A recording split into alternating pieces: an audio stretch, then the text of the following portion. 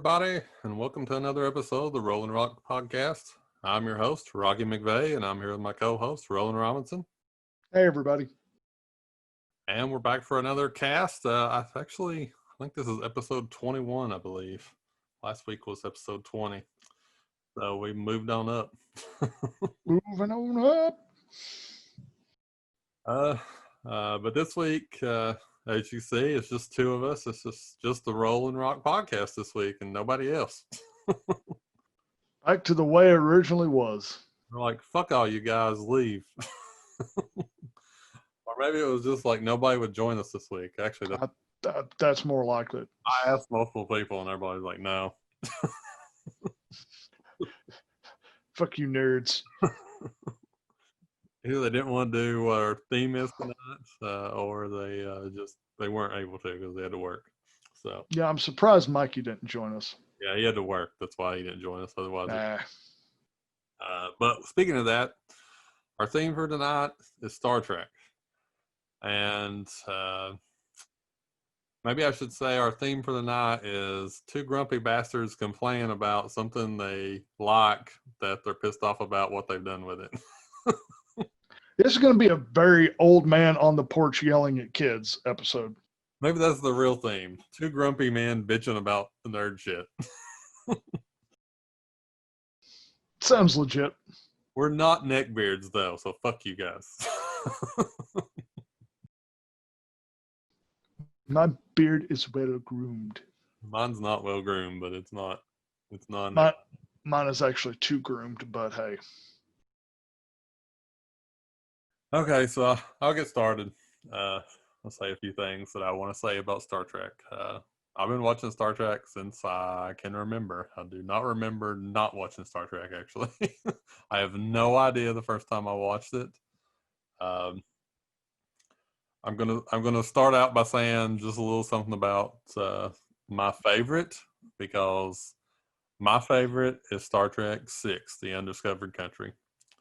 And everybody else thinks I'm wrong because everybody else says that Wrath of Khan is the best one. But I will say until my dying breath that Star Trek VI is better. 2 is my second favorite.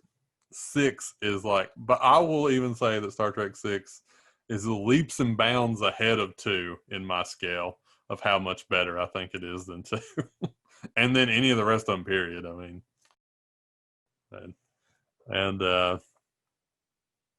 with my least favorite Star Trek film, 5, I have to say.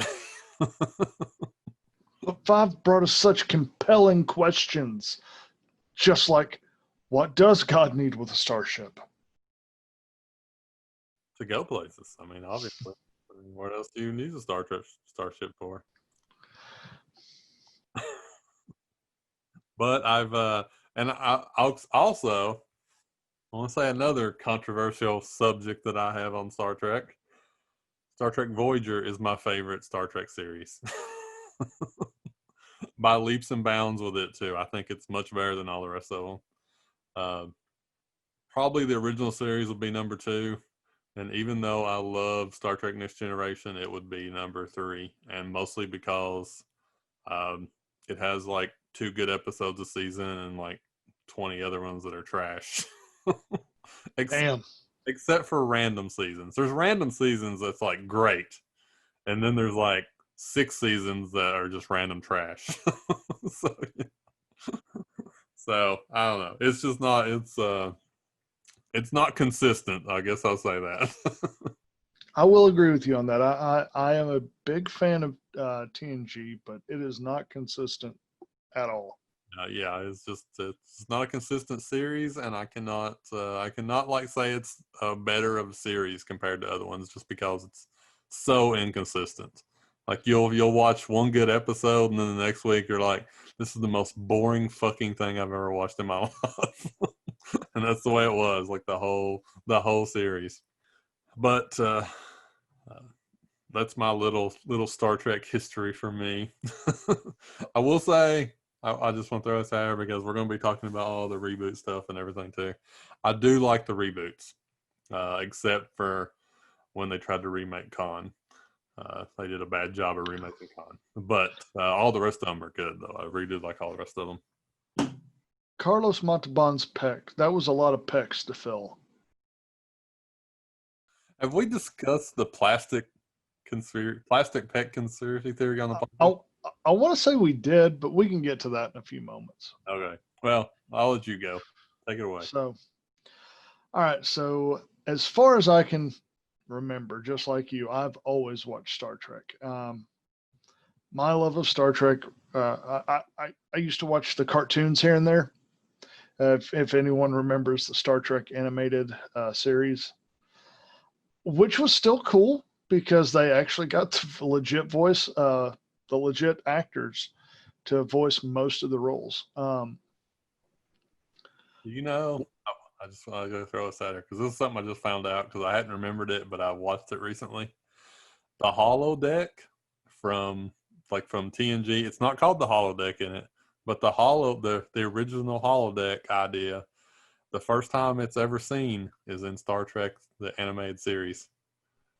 Like Spock and everybody is on a holodeck and they're like cycling through stuff. It's not called the holodeck and they call it something else and it's something new in the universe. But it's the first time it's ever saw. I just discovered this the other day and I was like, that is fucking amazing. I had no idea there was ever a holodeck before TNG. A lot of people just really, really crap on that on the Star Trek animated series. It was not the best. It was not the best at all. But it filled a perfect time slot for me on the weekends as a kid. I think it was like Saturday or Sundays, like late in the afternoons. I watched it on Nickelodeon.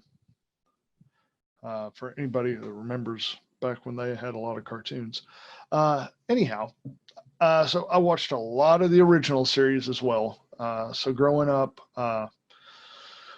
a lot of friends or a lot of people I knew growing up and stuff like that all watched Star Trek. So that's kind of how I stayed with it. And then I remember I watched the original run of Star Trek The Next Generation in syndication every Friday night. I think, was it Friday or Saturday? I want to say it was Friday nights. I have no idea. It was Friday or Saturday. It was a prime time slot. It was so long ago, I did not remember what day it was on. I want to say it was Friday nights, but anyways, I remember I stayed the course on it. Then Voyager came out. Well, DS9 came out, and I watched DS9 because I would always catch it on a Sunday afternoon. DS9 was kind of touch and go for me. It was like, it had some familiar faces, and it had some very memorable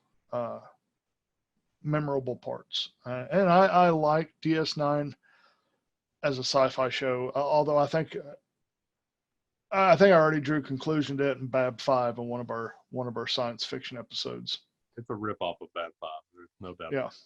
I will say that. But didn't it come out before Bab 5 though? Came out a week before Bab 5 on TV. Suck it. However, Bab 5 was in development a long time before they even came up with the idea of Deep Space Nine. And it's always, some of the people were around that came up with the idea of Deep Space Nine that were actually around when Babylon 5 was first being produced. So it's like they stole the idea. Yeah. They say they didn't. I just want to throw us out there right now. Well, Deep Space Nine is actually really good. It is. Once you get past the first season. But yep. On the original run, I watched the first season, watched parts of it, and then I was done with it. So it wasn't until years later that I went back and rewatched it, and I was like, actually, it's really good if you can stomach the first season. Or if you just find out what happens and go ahead and pass it up, and then you won't have to watch the bad stuff. The first season is really rough. I don't remember, was O'Brien in the first season? I don't remember right now either. But I know he came on, then Worf from TNG came on later. But yeah, the series gets really good especially toward I think it was season 3 or season 4. It gets super solid. It's like for the first time in Star Trek history, we have a concise season that has an overall story arc, and they stay with it. I was like, wow, okay.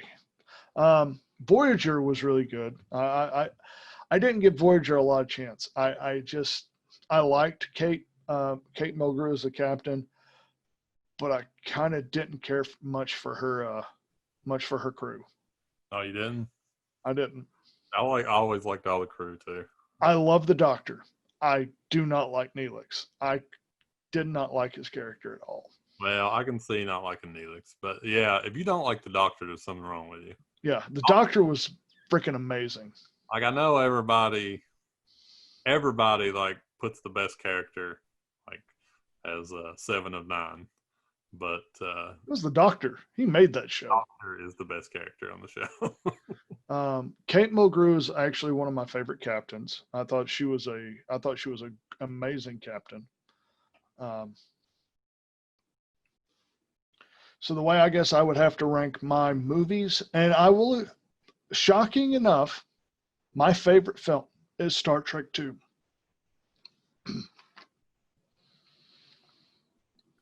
I knew that. I knew that. Wrath of Khan. I love Wrath of Khan. I love Carlos Montalban. I love just the whole dichotomy, the way the movie is filmed. Star Trek II is my favorite. But I will agree with you. I think pound for pound, story wise, and I'm saying this for the internet to hear, I agree with you. 6 is probably overall a better movie. Really? I did not expect to hear you say that. And I'll tell you why. Because it has in order to really appreciate Star Trek II, you have to have watched the original series. Oh yeah, if you haven't watched the original Khan episode, then there's a lot left on the table for you on that. So that's Star Trek II. Part of the full appreciation of it requires you to have seen that. If you have not seen that, it's still a great movie. Still, in my opinion, a fantastic film. But you're missing a key element. They do a good job of filling it in like 5 minutes. Okay, here's the rundown. We left this dude. Oh crap, it was bad. He was kind of an asshole, so we kicked him off the ship. And now we're back. You're caught up to speed. Star Trek VI, a broader and more adventuresome story, and it was also a farewell to the cast as well. Yeah. And so I think that was just written better. So yeah, who would have thought I would actually agree with you on this? I did not think you would agree with me on this. You have always been a Wrath of Khan fan. I'm not saying I'm not a Wrath of Khan fan because I love Wrath of Khan. Right. I think the 6 is better. Just think it's a better movie. I think it is probably as a general, like I said, as a movie. Yeah, it's probably better because it has an overall story arc. You get everything you need right then and there. Personally, though, it is my number 2 favorite. It will fall behind Wrath of Khan. And Wrath of Khan, I think, has, who hasn't, even as a kid, like just looked out at everything? Screamed Khan. Khan, yeah. Now, I will tell you, probably my least liked one is probably going to be the original motion picture. Really? I love and hate that film at the same time. I fall asleep sometimes when watching it. That is the problem with the original movie. Is it's so boring because it's nothing but space shots and ship shots over and over and over. I think it was like if you put them all together, there's like 32 minutes of space and ship shots in that movie. So all that could actually be taken out or like cut down to just like a few minutes, and the movie would be a hell of a lot better. Because could you imagine it if it was like 32 minutes shorter? Like how much of a different movie it would be? Like how much less boring it would be? It still wouldn't be a good movie, I will say, though, because the story is that would make it substantially shorter. Yeah, it would be substantially shorter, but it would be better overall. It would just not be it's the story. The story in part one would still be below average. It's more like a below average episode of the original Star Trek Yeah. show, is what I would consider it. I kind of agree with you on that. The story wasn't that great, but I think one of the reasons that they done all of those space shots like that was it puts me in the mind of 2001: A Space Odyssey. So I think it was kind of in that vein. They were trying to be like, all right, we have a lot of budget. We're gonna do Star Trek. I think Star Wars had come out previously. I think the year before, and they were like, okay, science fiction's big again. Let's do a serious Star Trek film. And I think they went way too long in the tooth with it, trying to pull off these panoramic shots and all this stuff. So, needless. Gene Roddenberry was actually involved in that one. Yep. And, he wasn't involved in two because of one, because it did so bad. And they said that, as he was making the movie, it was really the first time that he had ever been able to really make an outside shot of the Enterprise, and make it look pretty real. And he was so caught up on that. That's why there's so much of it. Everybody, I've watched interviews and stuff, and they're like, he was just enamored with that he had this power to make the Enterprise look awesome. So he wanted to do it as much as possible through the movie. And then after part one, the studio was like, fuck you, get out of here. You're not doing another one. Now we're going to do it the right way. So, and they did a great movie. So you can't really harp on them for it because they did one of the best movies. And I really did, in part two, I really loved the ship-to-ship battle.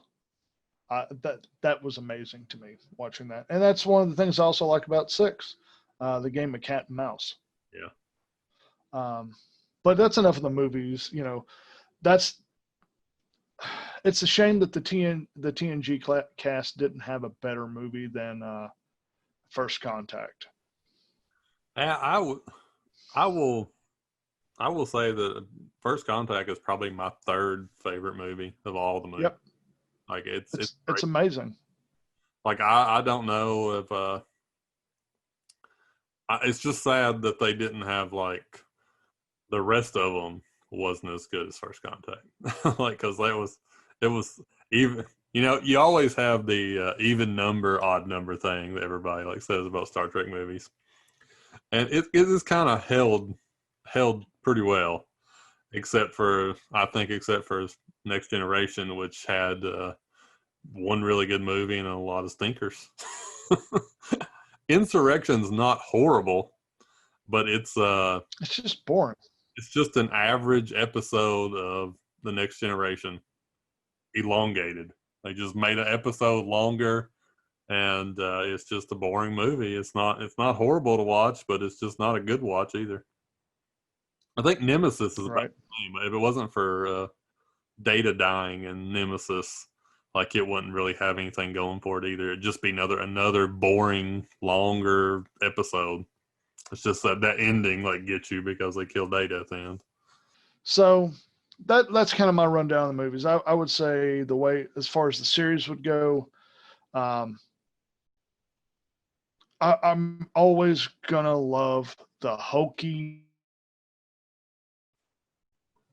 really bad special effects of the original series. I love the characters of the original series: Spock, McCoy, Kirk, and Scotty.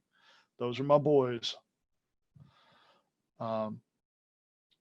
Second, I would probably be TNG because I grew up watching it in syndication, and I thought it had a better cast of characters. You had Data, Riker, Picard, Worf. There was a lot of good episodes with Worf in that, he's one of the first Klingon Starfleet officers. Data. I read this the other day. You remember how they changed his forehead? What was it? Second, third season, somewhere in there. I forget what season it was, but they changed his forehead, And I read an interesting fact the other day that I didn't know about this. And the reason they changed his forehead is because somebody broke into the warehouse and stole his forehead, and they didn't have a mold of it, so they just had to make a whole new one. And they were like, well, it kind of looks weird anyways. Let's just make it look different. But that's the only reason that his forehead got changed, is because somebody broke into the warehouse and stole his forehead. So somebody out there has Worf's forehead to this day, because they never found it. So they stole other stuff too. They stole a bunch of like props from the show. So they broke in and just stole all this stuff. Now, I did learn some interesting stuff. There was a episode. I cannot think of the name of it now. Crap. It's the episode where Data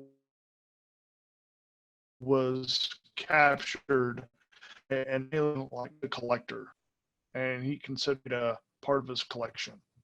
Are you familiar with this episode? All right.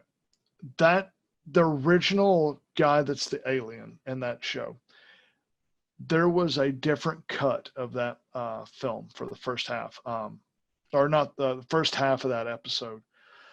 There was a guy, I think his name was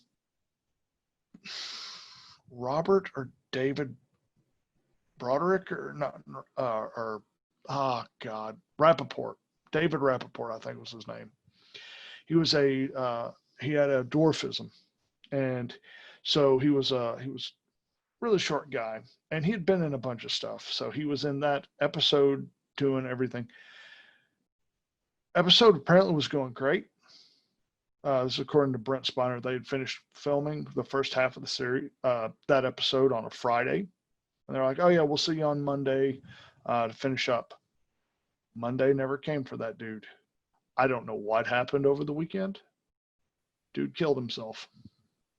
Really? Yeah. Dude. That sounds really familiar, but I don't.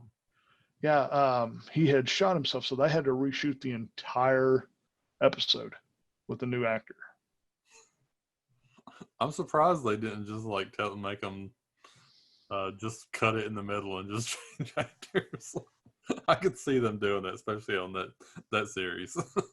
Like, no, you're not going to refilm it. You're just going to start from there's a new actor from the start of playing that character. Right. But I thought that was really wild, because I had not, I had never heard of that before.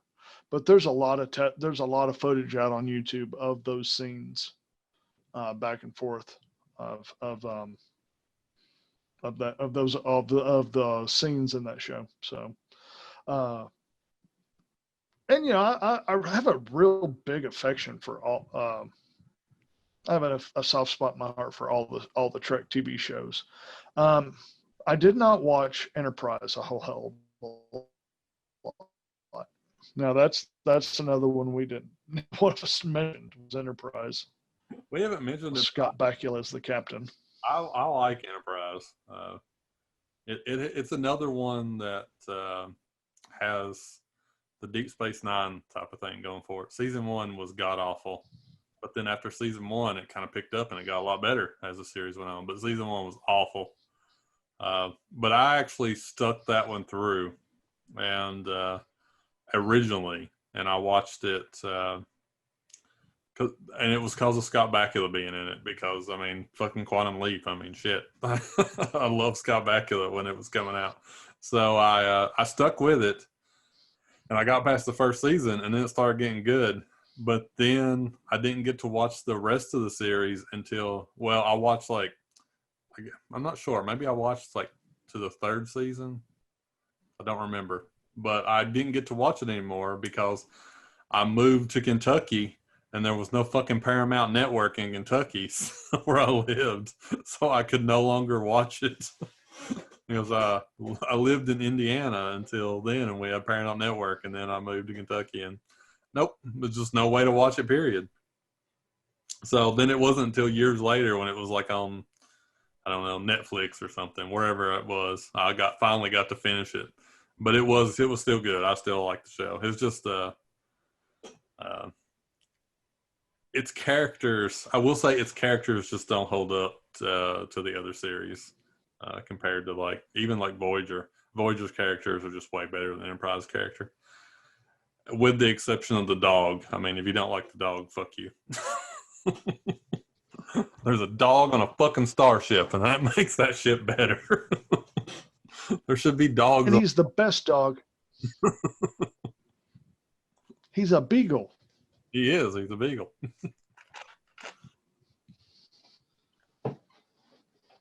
And for anybody out there that knows me, they know I have a very soft spot in my heart for beagles. I love beagles. So before we get into like our bitching, we need to talk about why the bitching comes about, and that is all from the reboots. So I always said it. I like the reboots, except for when they tried to remake Khan. But the reboots have caused something bad in the Star Trek universe. What do you think? Before we get into, yes, they have. What do you think about the reboots? What is your opinion on the reboot movies? I have not seen the third one. Really, that surprises me. The second one, yeah, I did not see Into Dark. What was the third one? It was Beyond. Into Darkness. Didn't see it. The one that you're talking about. That's Into Darkness is the Khan remake. That's the bad one. Into Darkness kind of just, it just kind of pissed me off. I mean, I didn't despise it, but I kind of had my fill of. I was starting to have my fill of that series. Like the first movie, I seen it twice in the theater because I am known. I kind of am a Star Trek purist in a lot of things, but I look at it this way: this is a good popcorn movie. It's bringing Trek into a new audience. I loved how the actors paid homage to the characters in which they played. It made me even more of a fan of someone who I'm already a fan of, was Carl Urban. Oh my God, his representation of Bones is fucking great. I was not. It is. Bones is by far fucking fantastic. My favorite character from the original series, by far. I fucking love Bones from the original series. And I've always liked Carl Urban, but when I first watched the reboot, I had no hope of him like pulling off Bones. I was like, he is not fucking DeForest Kelly. He cannot be Bones. That's the way I felt when I went into the first movie. And by the end of that movie, I was like, he's fucking great. He did a great job. And Bones is still the fucking best character in the original series because he's still great in the reboots too. Yep. Even though he's not played by DeForest Kelly anymore. I will totally agree with you on that. Yeah, absolutely. And that when he hit his rendition of Bones was fucking amazing. When I seen that, I was like, all right. The one who I thought was the weakest was Simon Pegg as Scotty. He's not Scotty at all. Nope, he's Simon Pegg playing Scotty. Exactly. He is. There is nothing about him that says Scotty. I mean, I don't think he's a bad character in the movie. He's just not Scotty. There's nothing about him that's Scotty. I don't understand that portrayal at all. I loved pretty much everyone's rendition. I think the one I liked the least outside of Scotty was probably Spock. I cannot think of the guy's name. Siler. Yeah, it's like I can't remember what his real name is either, but he's Siler to me. He always will be. He did not do a bad version of Spock. I I reckon think he was probably the best person they could have got. after Carl Urban and with his intrusion of bones, I would I would put him as the best version, the next best version in the movie. Like I wouldn't put him like toward the You bottom. think? Yeah, I would. I would put him as like the next best one in the movie. But I would probably I would probably put I will say I like all the characters in the movie. I like everybody's renditions. I mean except for Scotty. Scotty's the only one that I do not like. I was like, you are not Scotty at all. You just didn't. I don't know what you were trying to do, Simon Pegg, but you just were Simon Pegg. You were just fucking Shaun of the Dead inside Star Trek. Not that that's a horrible thing, because you're funny as fuck. So it kind of worked, but you weren't Scotty. You were not that character. But the rest of them, I was like, they're good. I like their renditions. I mean, they're a little bit different, but they still kind of pure to what the character was. But the actually, I would put Chris Pine as like the least of all of them as his portrayal of Kirk. Like he would be my least of all of them that I like. I liked his version of Kirk. Really? Well, I mean, I'm not saying I don't like his version. I think he got. Well, he wasn't.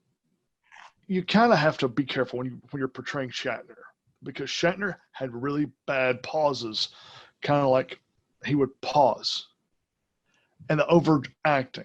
So you don't want to mimic that, because that's not Captain Kirk. That's just Bill Shatner.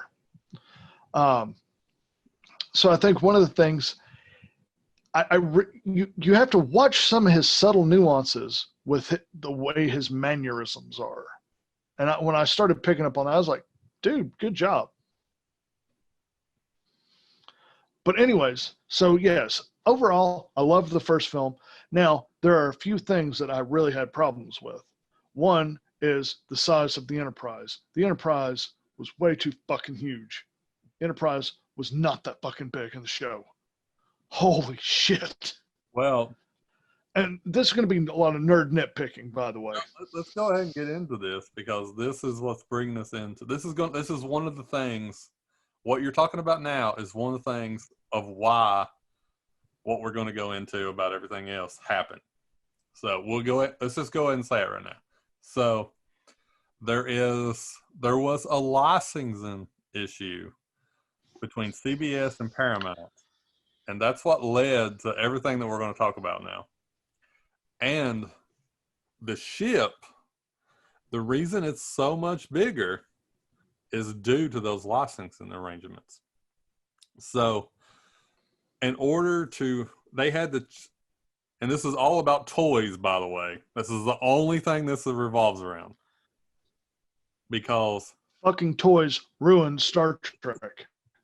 CBS has the rights, only has the rights to make toys or anything else. I mean, it's not just toys, it could be, but it's mostly toys.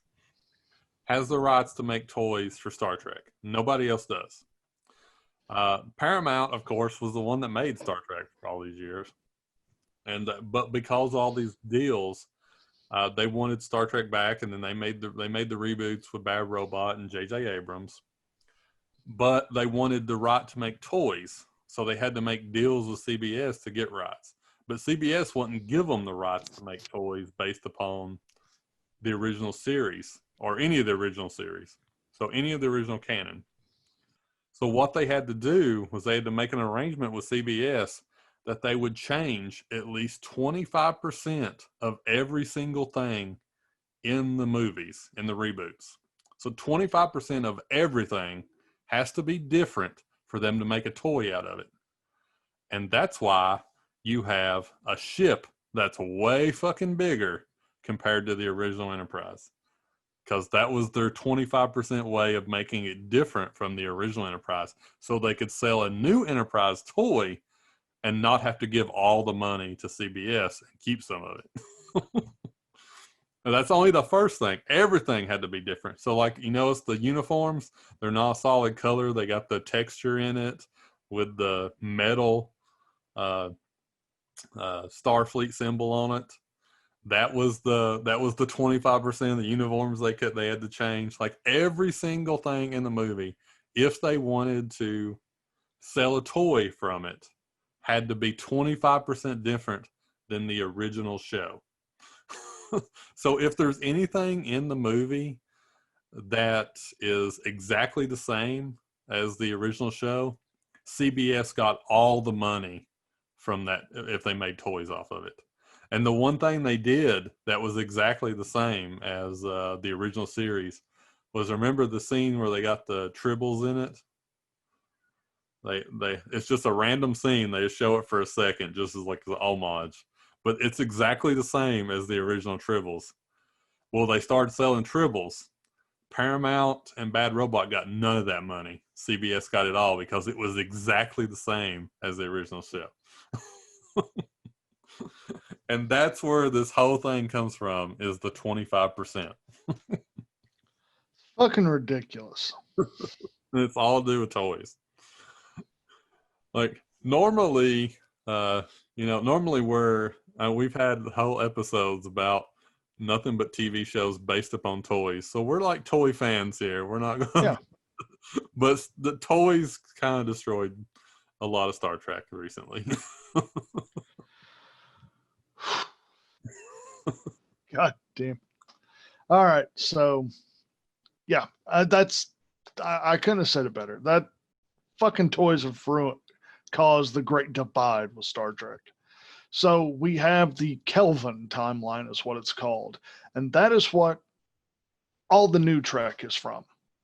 With the movies, the 3 new films, they spawn the Kelvin timeline. So we've got that going. Now, if you watch, things start slipping a little bit, in my opinion, when it comes by the time of the 3rd film. You've got, apparently, no, I'm not going to quote the sources. This is hours of just driveling, it just stupid mind-numbing YouTube for a little while. But according to some people, the ratings started really, really to fall. So they were looking to revitalize Trek.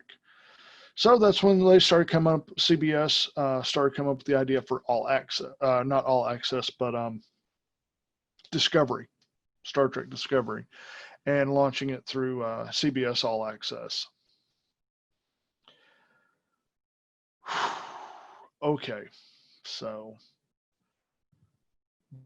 we have Star Trek Discovery.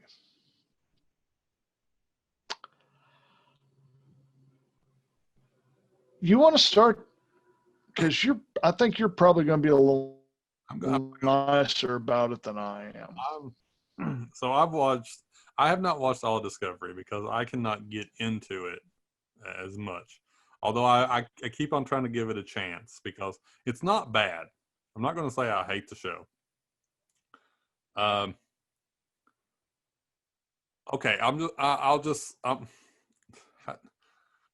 you want me to get into the toy thing again? Sure. Okay. So the one thing that there is a problem that I have with Discovery that really has nothing to do with the show itself. It has to do with what CBS says about the show. And that's the fact that they say it's in the Prime universe. Now, this is something, and the Prime universe is supposedly the original universe, or that's what I thought. But recently, because we decided we were going to do this podcast, I did a bunch of research on this. And now I know that the Prime universe is not the original universe. The Prime universe is the universe that Spock came from in the original reboot movie, in the first Star Trek reboot movie, which I thought he came from the original universe in that movie as well. Did you not think that? The way they marketed Discovery is, okay, so you want to know what happened before Christopher Pike took the Enterprise? Do you want to know about how Klingons and the Federation first got involved. We're going to pitch it Star Trek Discovery. There we go. So that's what they laid out. So it's supposed to take place in the original fucking universe, according to them, before all this Prime and Kelvin and Happy Horse shit, before all that multiple timelines started. It was like, we're going to pitch, that's how it was pitched to a lot of the fans. Yeah, that's exactly what I thought. The first time we heard about the Prime Universe, it was actually called the Prime Universe, was when in the first movie, they were referring to it as the Prime Universe. That's where Spock came from. So he came from the Prime Universe into the Kelvin universe. So and that universe, the the Kelvin universe was the Prime Universe until Spock came over into it, until he time traveled, and then it became a different universe. It partitioned off, and then they became two separate universes. However, this is where after doing this research and like thinking about it, so they were the exact same universe when until that happened, and then it split. Well, what do we know that was around before the split? There was bigger ships, the uniforms were different, lots of things are different in a reboot movie at the start of it that never change. Like that was before the split. So that makes the Prime universe not the original universe. It is an entirely different universe. So we have 3 Star Trek universes, but CBS has been marketing the Prime universe as it's the original universe when it's not. It's in a completely different universe, all based around the toy stuff. So like Paramount and Bad Robot get money based upon the Prime universe, but they don't get money based upon the original universe. And it's still, and they also get stuff based on the Kelvin universe, because they created them both. They did not have anything. So there's absolutely nothing from the Prime universe. Well, not nothing. There is some things the same, but the way they made those universes, they made them all so that they had nothing to do with the original universe, so that they could sell toys for them. So the Prime universe is not the original universe, even though that CBS was promoting it as the original universe. So Discovery is not before Star Trek, the original series. It's before Star Trek the reboot. So it's like a prequel to the reboot.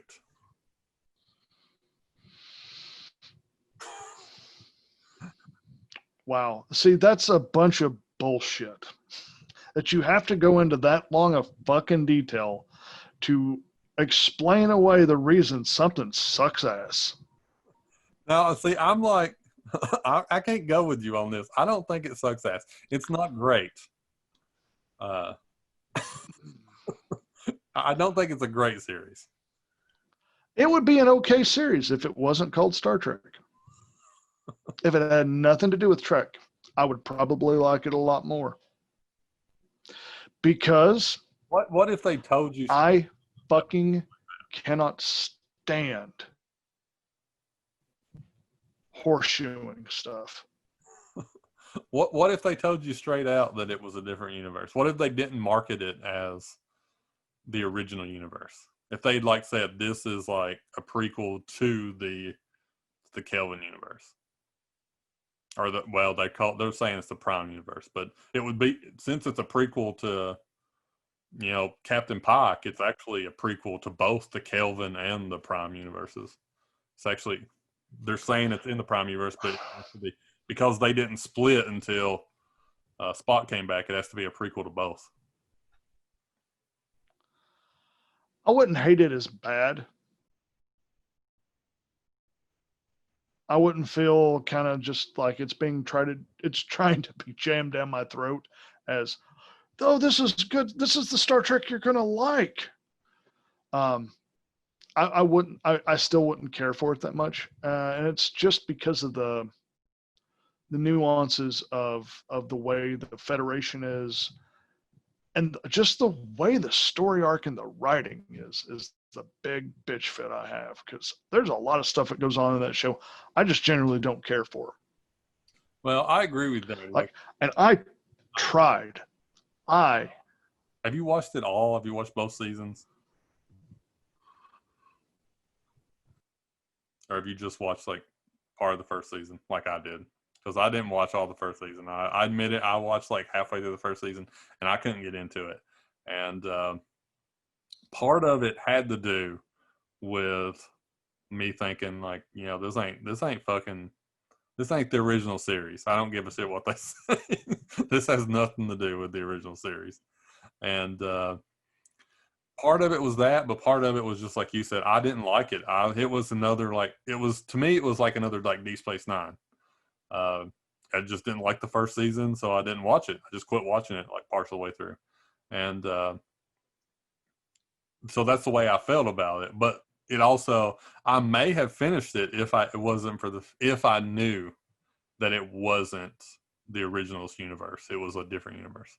But I have been told that the second season, like many other Star Trek series, gets a lot better. Like once you get in the second season, you'll actually like it a lot better than you like the first season. Because actually the story finally gets good. Well, I made it all the way through the first. I got all the way up to where they seen the end, the Enterprise, and then that was the last thing I seen of it. The reason I hate horseshoeing, and it feels like they have horseshoed Michael Burnham, the character, in every which way.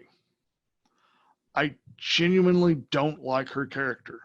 I genuinely do not. Oh, she's Spock's sister that no one ever talked about, that no one ever mentioned, who is single-handedly responsible for the freaking violent conflict between Klingons and the Federation. Single-handedly, because she doesn't listen to orders. She would have been thrown in a military prison so far underground they would have buried her if this had been original Trek. Because you just instigated an intergalactic war. Good job. Now, it took me a while to get over the fact that the Klingons were the way they were, because they were just weird. Yeah, before I even started watching Discovery, because I didn't have CBS All Access, so it was a while before I actually got around to try to watch it. It had already been out, the first season had. And the first time I saw the Klingons beforehand, and I was like, "What the fuck?" Yep, that was my original impression. What the fuck is that? That is not a Klingon. Now, hate the Klingons so much after I kind of got to watching. I still prefer Next Generation Klingons because I like that whole Viking military, kind of thing. And they're a little bit more relatable in some ways. But I don't hate that. I appreciate the actual changing of the Klingon Empire, to try to change it a little bit, to make it a little bit more fresh. That I thought was good, because you're not totally redefining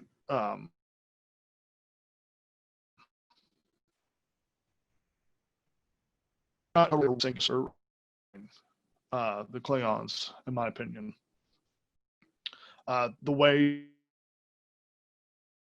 they decorate the ships with bodies of the dead, I was like, that's pretty metal. All right, I can get behind that. That's pretty cool. Though, and just their torture techniques, like that episode where that dude's just getting tortured constant. I was like, all right, cool. They've made Klingons kind of fucking scary again. Good deal. Oh, again, I don't think they ever were scary, but good job. They made them. I don't know, just a threatening species. I will say the look of them throws me off from Discovery. Just the whole look, like. Look, However, that that's the one thing that I can get. I can kind of like dismiss, like regardless of what universe it's in, just because. I mean, the original Klingons are a lot different than the next they're generation. ones in the next generation. But we know they're like the same type of Klingons. So I mean, even not even next generation. I mean, the Klingons from the movies, the original Star Trek movies, are like a lot different than the original. They look complete. They don't look nothing like the original series Klingons. So I can understand like updating their look, but they're so different in Discovery. They don't look anything. I mean, I wouldn't.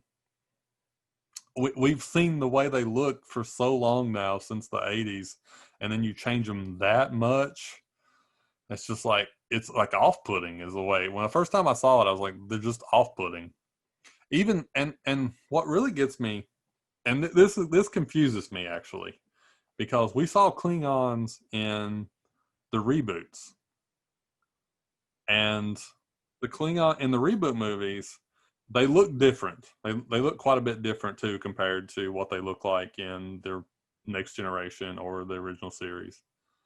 But they don't look as different as they do in Discovery.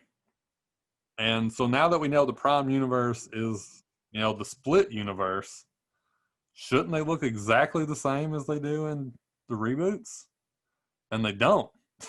so so that and so I know we're saying these are two different universes, but unless we're going to say that they're not there never was a split, like Spock just went into a completely different universe, because they're definitely uh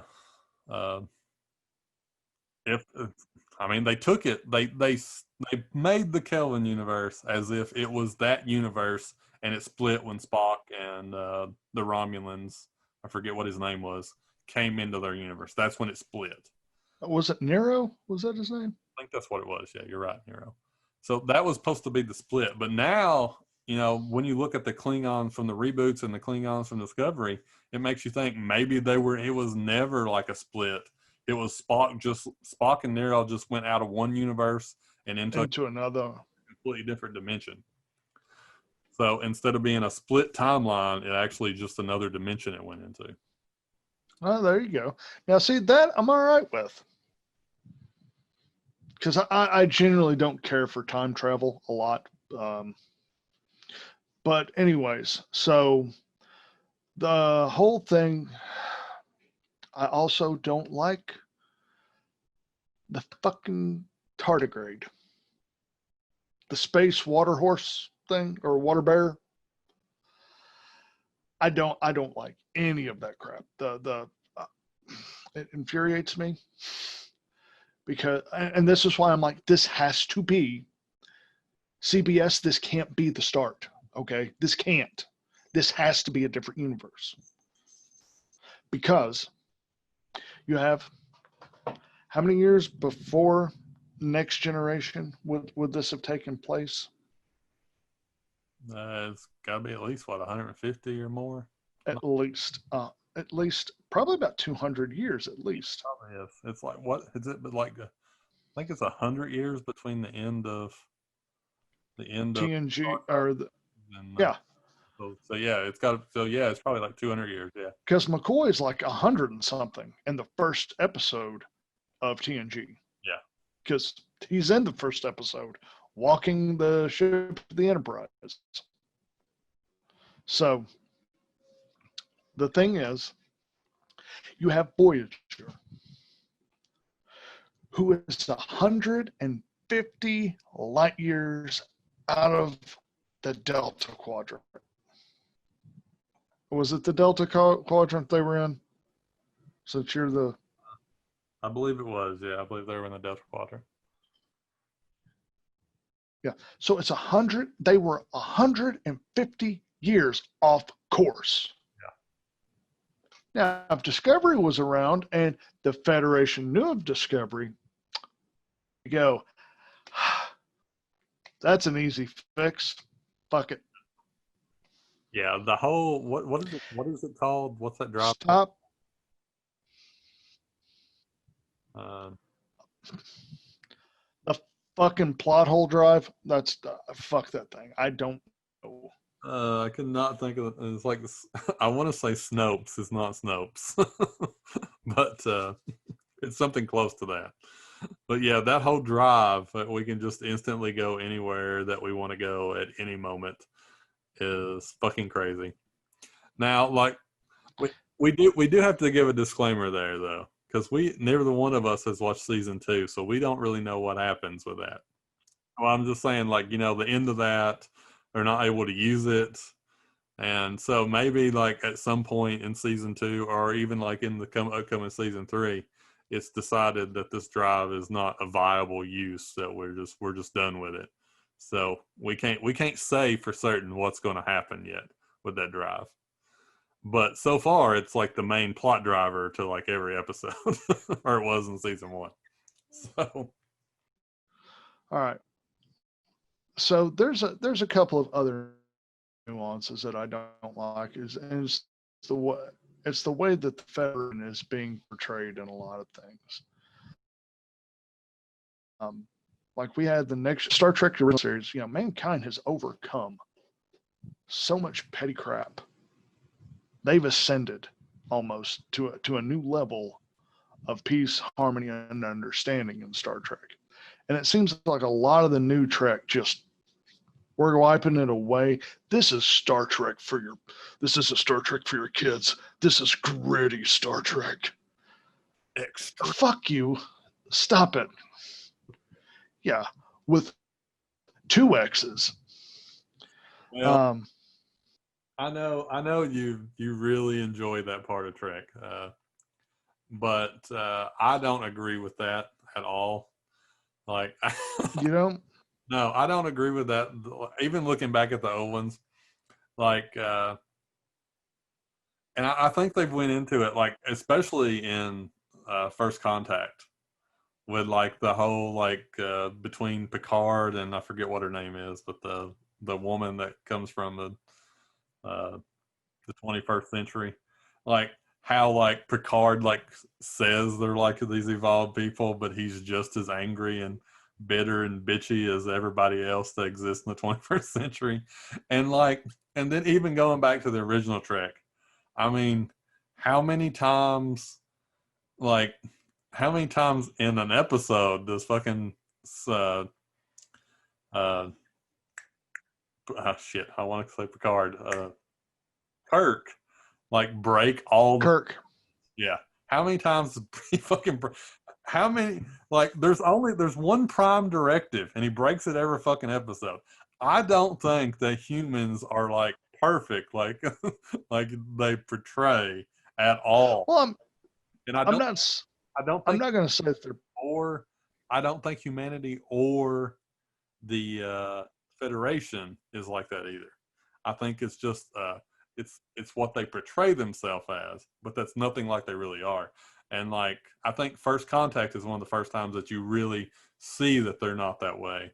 And like they just like it's just I consider that more of a progression to show you that's not they've never been that way, and they just portray themselves as that way.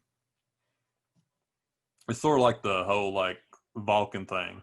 Like the Vulcans pretend like they're like this perfect race, but then as you get into the watching all the series and movies, you realize they have a shit ton of faults.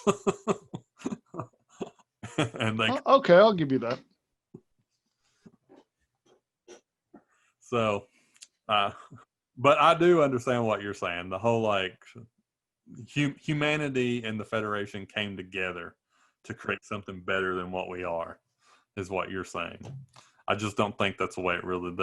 I don't think Correct. like really like been that way. So I don't think it's as bad as what you're seeing it as, from my point of view, anyways. Because the way I'm seeing it is just like it's like okay, so everybody Federation is apparently a dickhead, which, I mean, hell, it may very well be, because we only heard it from the Federation's point of view. Yep. The other thing, and this has really nothing to do with the way anything in the show, but well, I'll save that for last. Michael Burnham's character, I love her in some instance. After we get rid of her off of starting the Federation fucking Klingon War, which that was that frustrated me. That whole scene did. Now they were putting technically the crew was put in a real bad fucking situation, because there was no way out of that. That was literally no Bokashi Maru they were in, because it's like, yep, in hindsight, now keep in mind it's been like probably 2 or 3 years since I've seen this episode. But if I remember, I think if they hadn't attacked, they were still fucked, more than likely, because Klingons are a very predatory species. But just the way she handled herself on the bridge, I'm like, Starfleet would have had your ass for that. But instead, they put her in a penal, like they try her, they strip her of her rank, but she gets to go to a super cool, secret, special Black Ops kind of Starfleet, which is like, oh, okay. So maybe if everybody on that ship was, a bunch of fuck ups, that way in case they all die, they haven't really lost anything. I can buy that. Okay. I could get behind that a lot easier. Okay. We got society's fuck ups flying the ship, trying to kind of like a Suicide Squad for Star Trek. Sure. Because if they ever get found out, Starfleet's going to disavow any knowledge of them. You're on your own. That I thought would have been kind of cool. But now now is the time for me to say my little piece about the lawsuit that CBS went through with this show. Did you know about this? No, I haven't heard about a lawsuit. All right.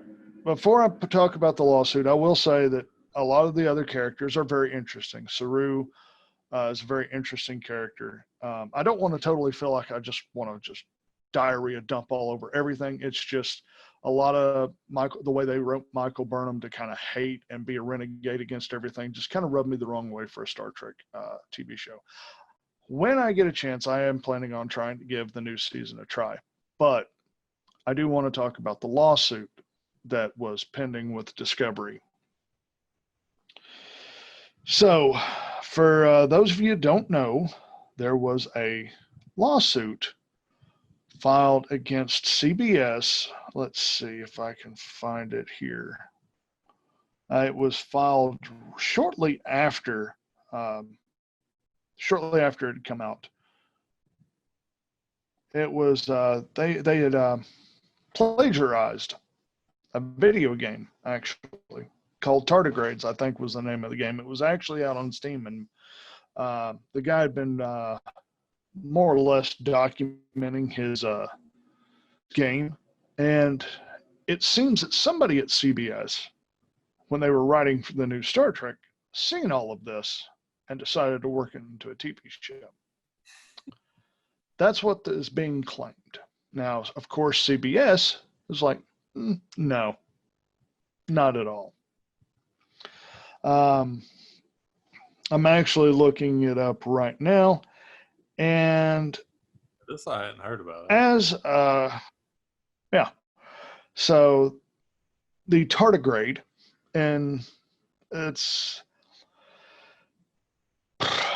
basically it's the same thing, looks identical to the tardigrade in Star Trek Discovery. Also, there's the love relationship with the doctor, and I think it's the engineer.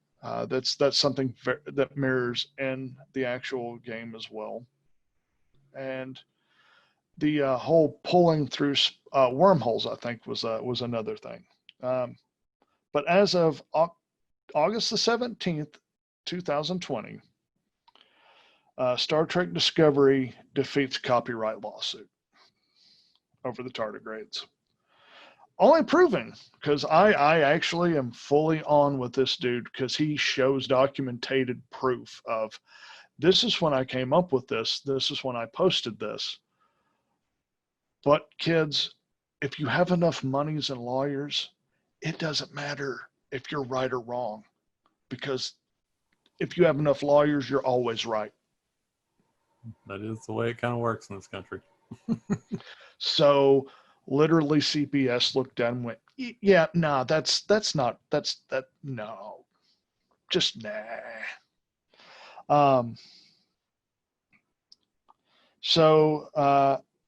And Anis Abdin, Abdin, that is the creator. It's a point and click game called Tardigrade.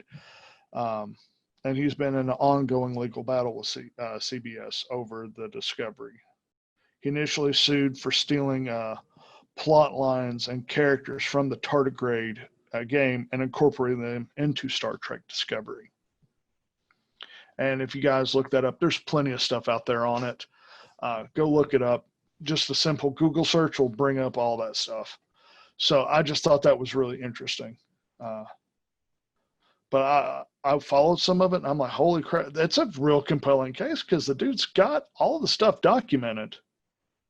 But like I said, if you got enough lawyers and you got enough money, that doesn't matter. Well, since it is when you're in a different medium too, it's like hard to like. That's when things kind of start getting in. With different mediums, like they have like different rules of them. So it's like it becomes even harder to like prove that something was stolen was different medium, and right. What's not. So, in closing, Rocky, let me ask you this, bud. What do you think about Discovery? I just so well. I'll just say that my initial thoughts was that this is bullshit. This is not the original universe. But I gave it a go anyways, and then I was like, halfway through, because I didn't get all the way through the whole first season. But like just where I got through it, I was like, I don't care for it. The storyline's not good. I don't give a shit about the show. So I quit watching it. Lots of things like turned me off on it, having to do with thinking it was the original universe. Absolutely. Saying it was the original universe. Now that I know that it's not the original universe, I actually think that some things doesn't turn me off as much as they did. And I think that I'm going to give it another chance, and I'm going to watch the second season and then go into the third. I mean, there is no episode of Star Trek that I haven't watched. So until Discovery. And so I will end up giving it another chance, and I'll end up going back and watching those series. But I think that CBS did it a poor turn by saying it was the original universe. I agree 100% with that. They should have marketed it as a prequel to the reboots. If they would have done that, I think it would have went over better when I first watched it. And so, speaking of this, there is another Star Trek show. And this show, I think, is great. However, it also has plot holes. Yeah, it does. And I'm going to say that I like this one a lot more than I do Discovery. It leaves me feeling weird sometimes when I watch it. And I think I know why that is. That's a weird little blurb about the way I am as a person. But yeah, I actually really liked our next topic. But I am, to key your point though, I am going to go back and I am going to try season 2 of Discovery. We'll go ahead and say what we're. I mean, you know what we're talking about. There's only one other show, So Picard. I mean, I'm just gonna say, I think the show is fucking amazing. The ending of it, I was a little, not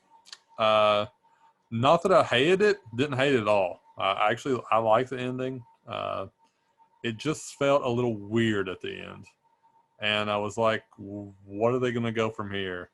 And uh, Picard's pretty new, so I don't want to like give away spoilers. There's probably some people that's not watched it all, but I'll just say that the ending is felt a little weird to me, like the way I took it. But I'm not saying I hated it. I actually kind of liked it. I just don't know what's going to happen next. I just don't know where they're going to go from there.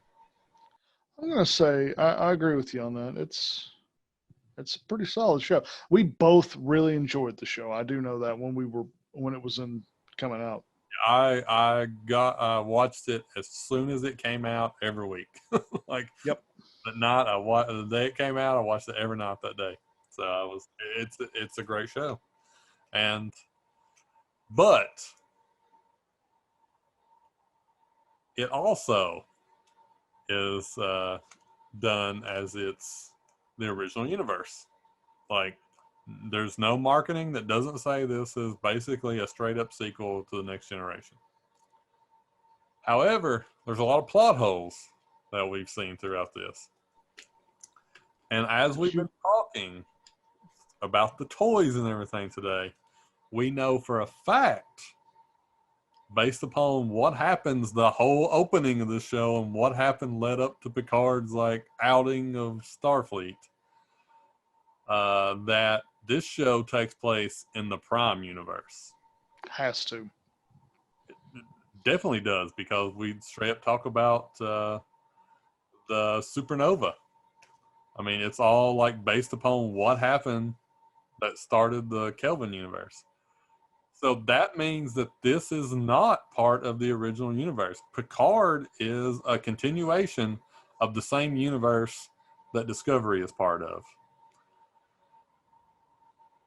And so that means that when we look at the plot holes, and I'll let you go into some of the plot holes a little more, because you've been really getting into the plot holes, I know.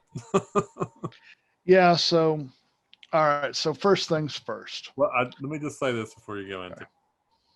So looking at the plot holes, they're not plot holes, because they're not the original universe.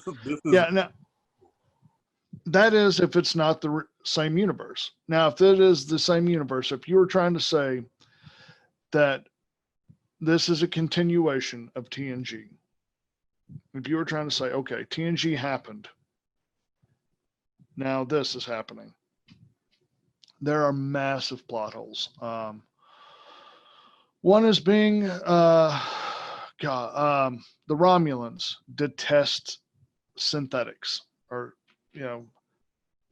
and freaking no, that not in Next Gen they did not.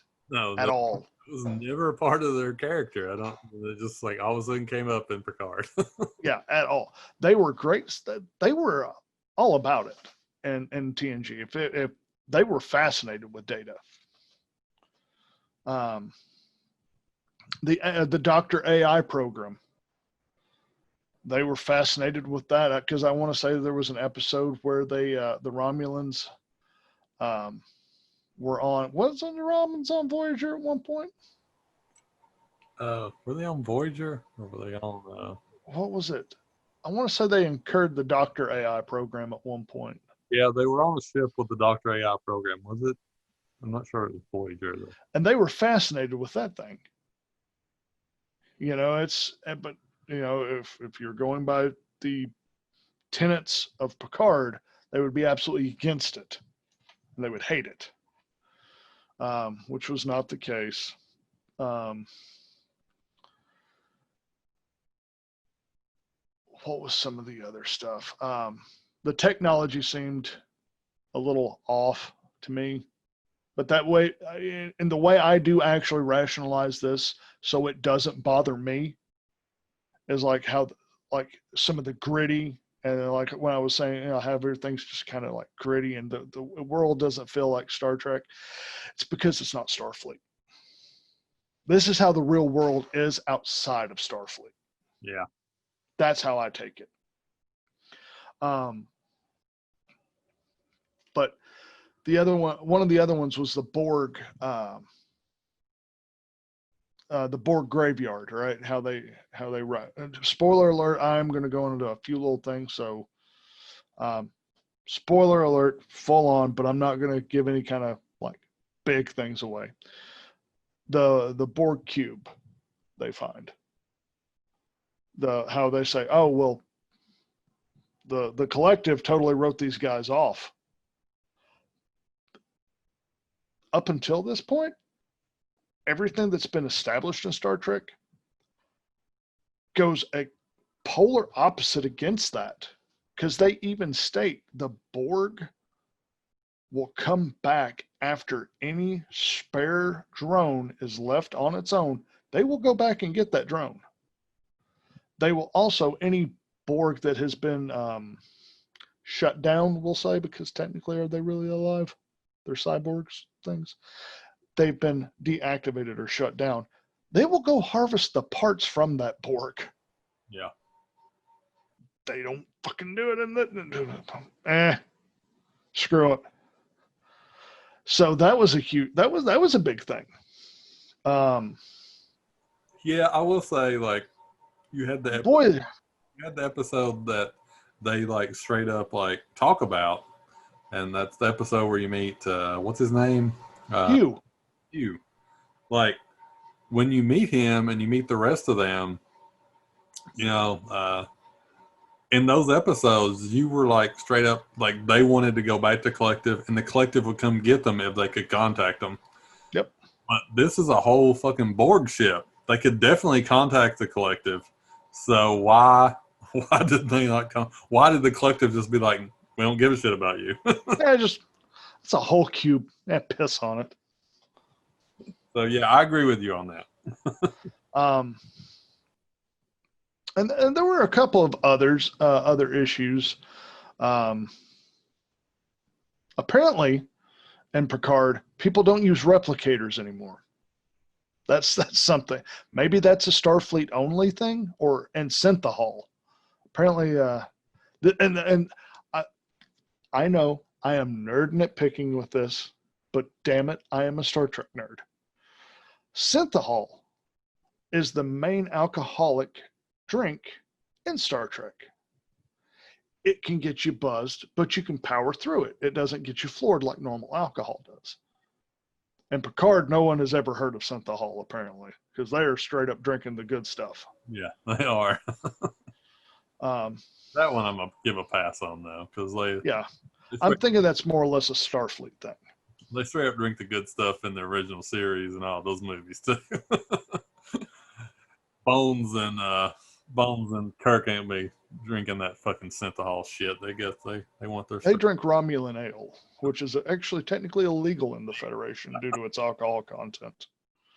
But that was actually a thing that came about in between TNG, between original series and TNG, because if you remember when they found Scotty in the teleporter loop, he goes to 10 forward, sits down, and asks for a scotch. He takes a sip of it, almost spits it out. I was like, this is not scotch. I don't know what this is, but this is not alcohol. Yeah, I forgot about the Scotty episode. That was a great episode. It was. James Doohan was a wonderful man, too, from what I've heard. Anyhow, so a few things like that have kind of thrown me off with Picard. But personally, one of the reasons I always feel a little just kind of weird with Picard is kind of the way he's treated. And I kind of get that same kind of feeling when I watched the movie Logan.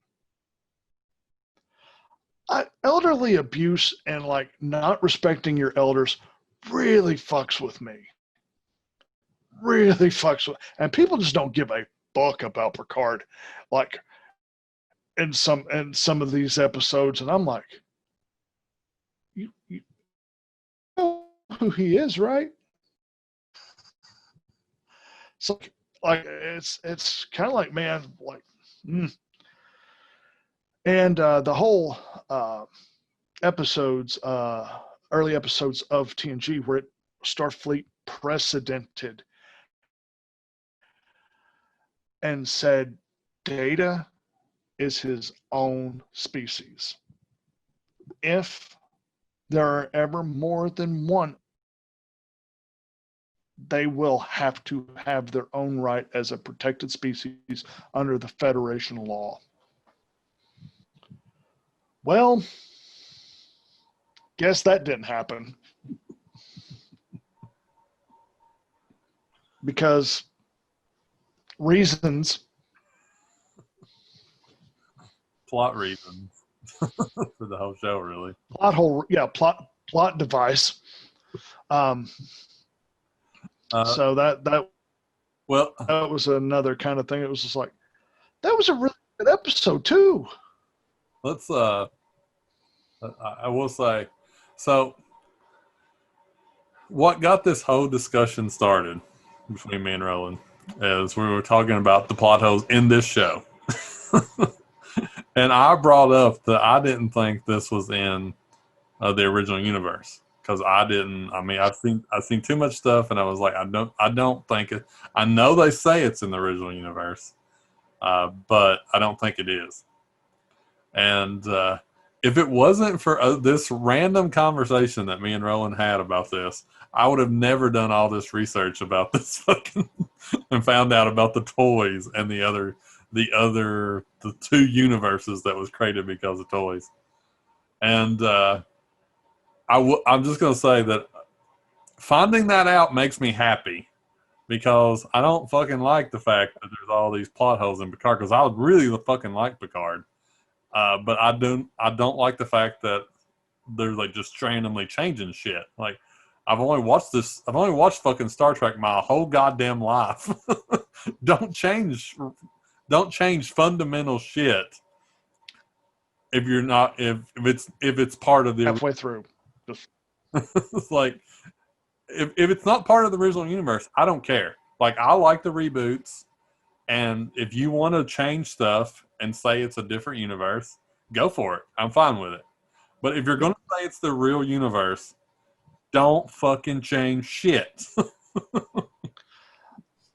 I think this all came about with the offhanded thing of me sending you a YouTube link about the Romulans hating synthesizer androids. Yeah, and then you were like, well, I don't know if it comes from this or not. And then I looked it up, and Google's like, is Picard a sequel to TNG? And it had that little blurb, and I was like, dude, the writers don't even know. Yeah, that's right. They actually don't know. They don't. They don't some of the writers don't even know a lot of the history. It's sad that we know more of the history than some of the writers do on the show. But yeah, so I don't even, and I at one time I considered Roland a Trekkie. I don't know if I would consider him a Trekkie now, but we're not, of all the people I know, me and Roland are not even close to two of the biggest. Like, there's at least one person out there that's probably listening to this podcast right now, and he's probably like, that's all fucking wrong. Fuck you guys. More than likely. Because he is like one of the biggest Star Trek nerds I know.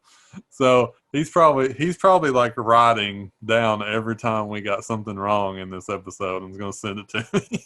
Challenge us. Come on the podcast. Tell us we're wrong. If I could have got a hold of him tonight, I would have had him on this episode. Now there is one thing. What's that? I was just like, you know who you are. Maybe we'll do a follow-up to this and we'll have him on there. You know, and I was a Trekkie for a long point in time, but these last couple of forays into Star Trek have made me just really not care for it that much. It's sad when I look at a comedy show written by a comedy author and go, you know what? That's more Star Trek than Star Trek right now. As the Orville. Yeah. The Orville feels more like Star Trek to me than Star Trek does. Speaking of that, have you watched the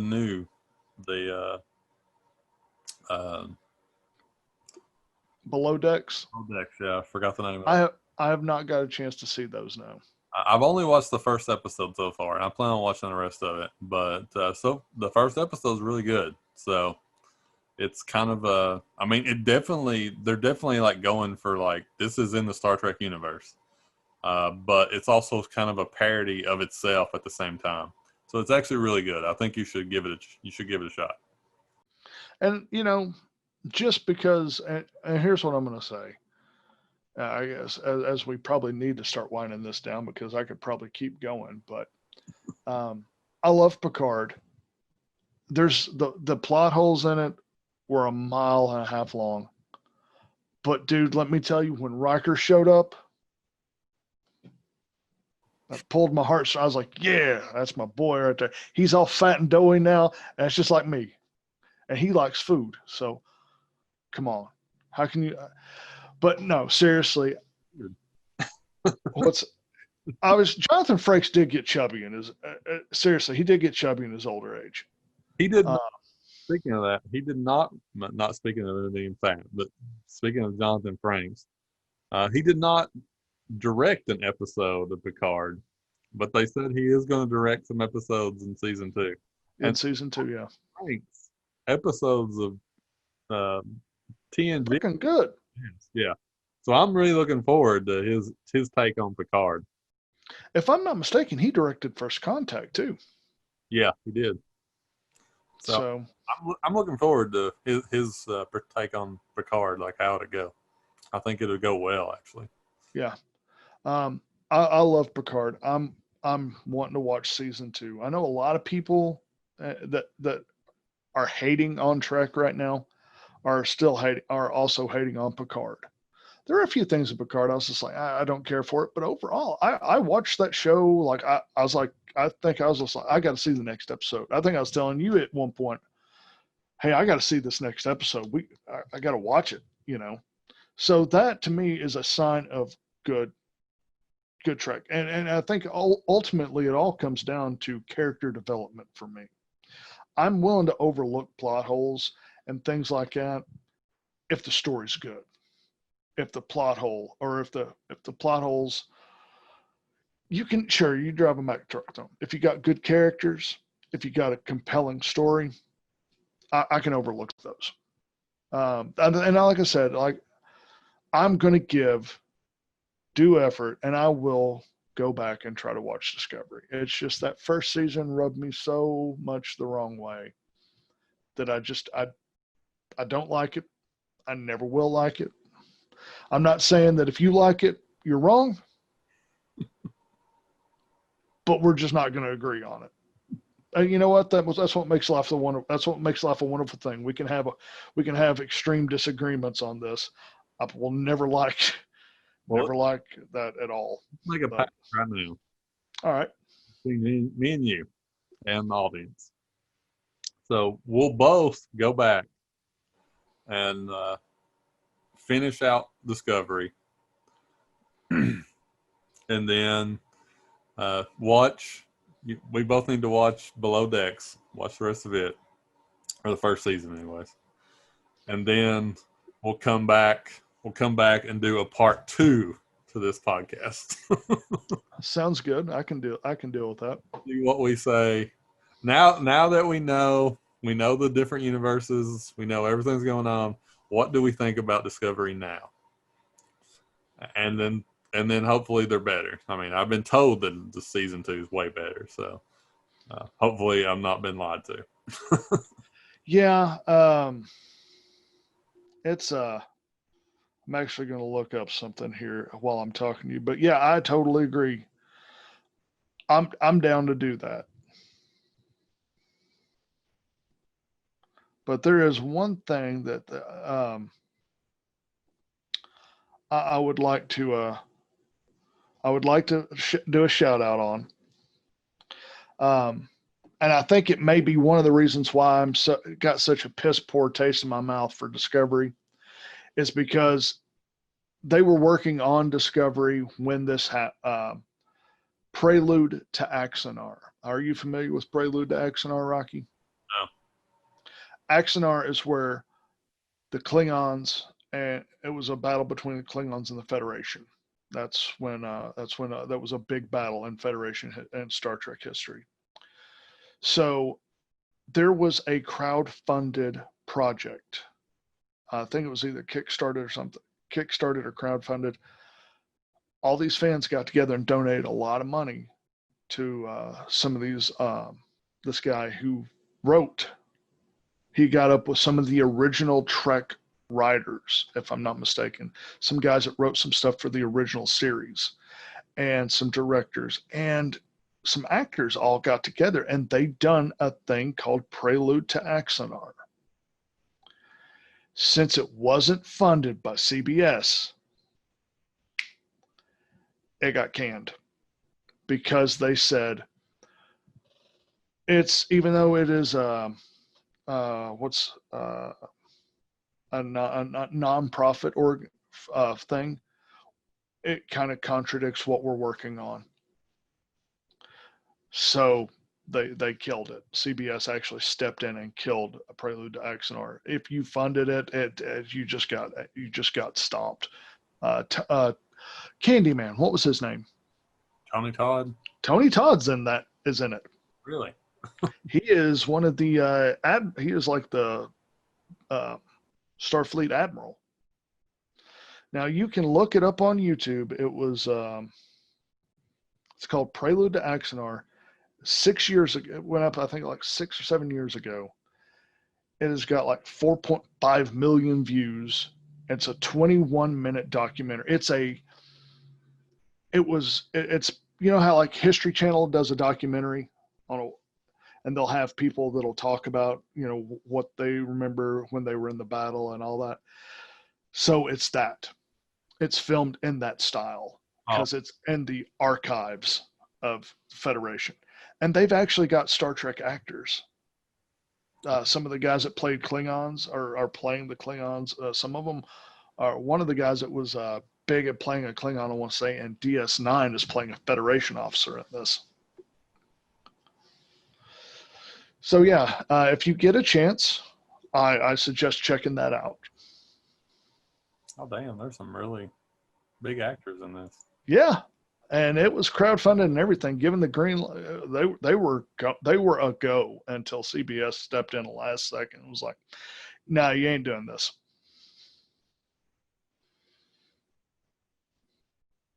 But if you get a chance, like I said, everybody out there, if you want to see some OG Trek stuff kind of updated, check that out. I think that's a good amalgamation, and I would have really loved to seen this come to actual fruition instead of only getting a 25-minute or 22-minute clip. I would have liked to have seen about an hour.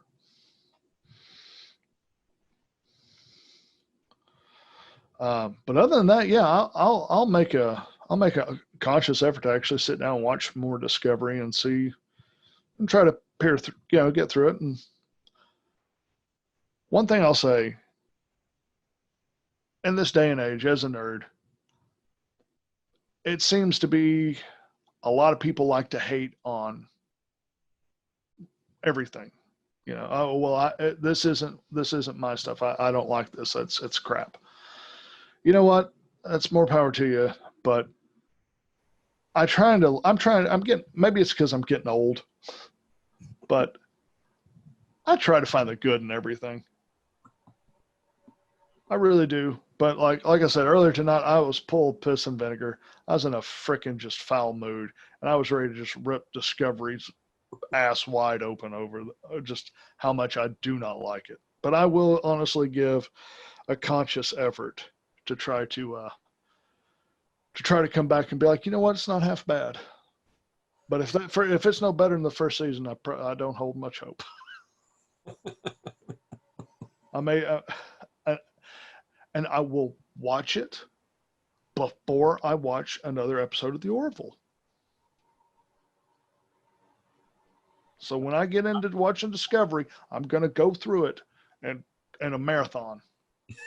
That's what I'll probably do too. I'll just marathon the whole thing. I think I'll probably start over with episode 1 and go through the whole series. Yep.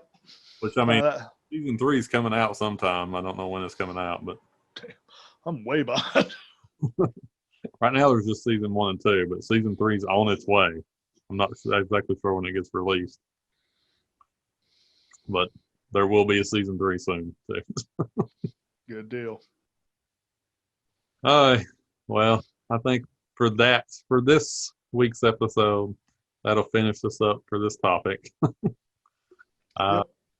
Leave your comments in the YouTube comments. Leave your comments on our Facebook page. Send us emails. Podcast at rolandrock.com. Let us know what your favorite Trek is, or why you think we're wrong about everything we said. Yeah, if you think I'm totally wrong and I'm a stupid idiot for saying Discovery is bad, go ahead. We'll Roland to read the comments and call you a piece of shit on the next episode. So there you go. That's your incentive.